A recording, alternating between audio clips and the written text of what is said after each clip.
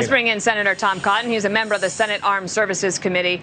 The two big stories, we're going to talk about both of them with you. Let's start on the vaccine mandates. You know, when I always think about a presidential address, I think, like, what's the goal?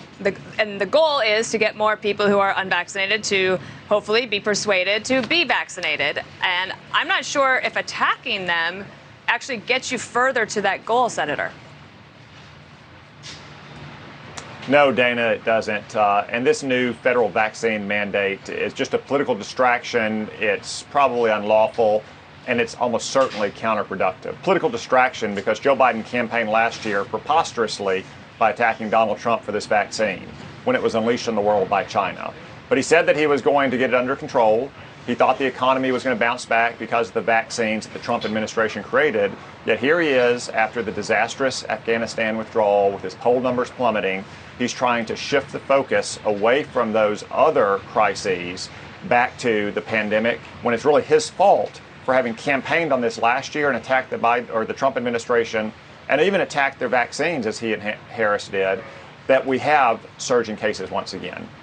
It's probably unlawful. Yeah, Senator, OSHA doesn't regulate public health. So I mean, OSHA regulates toxic chemicals and like unsafe scaffolding. They don't regulate epidemics. And finally, as Dana, as you suggested, it's ineffective. I mean, by scolding and condescending to Americans, dripping with scorn that somehow this is their fault that they've been infected with a virus, they're not going to persuade people to get more vaccines. Look, the vaccines that the Trump administration created in record time are very safe and effective. I would encourage everyone to talk to their doctor about their own personal health conditions and then consider getting it. But dictating it through unlawful means in the kind of dripping, scornful way that Joe Biden did yesterday is not going to help.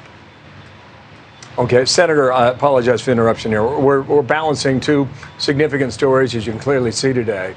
Ron Klain, the chief of staff, retweeted something from Stephanie Ruhle from MSNBC, said OSHA doing this vax mandate as emergency workplace safety rule is the ultimate workaround for the federal government to require vaccination. So, I mean, maybe in a sense that's how they see it, as you referred to OSHA in your answer there. Now I want to go to the Taliban, and I want to take you back in time 6-7 years.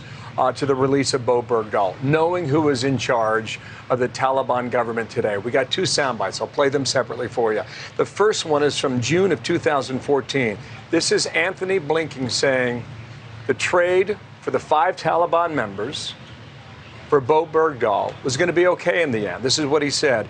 Any threat they would pose to the United States and to Americans has been sufficiently mitigated. Now I want to play a clip from you from March of 2015, the next year.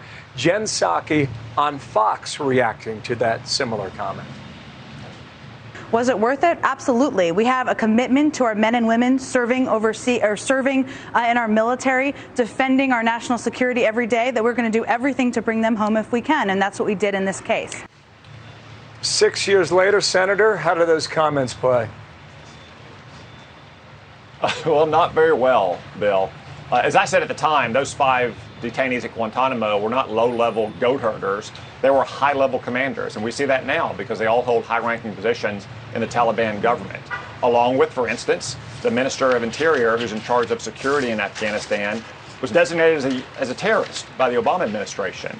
And the emir of the new Islamic Emirate of Afghanistan, he encouraged his son to become a suicide bomber a few years ago. So no, that doesn't seem like a very moderate, business-like Taliban. Yet this administration seems more concerned that the Taliban cabinet is full of men as opposed to being concerned that it's full of terrorists. Senator Cotton, we appreciate your thoughts this morning as we reflect on this day before the 20th anniversary of 9/11. Thank you, Senator. It's just really remarkable that this is where we are. It was not sufficiently mitigated as promised. Thank you.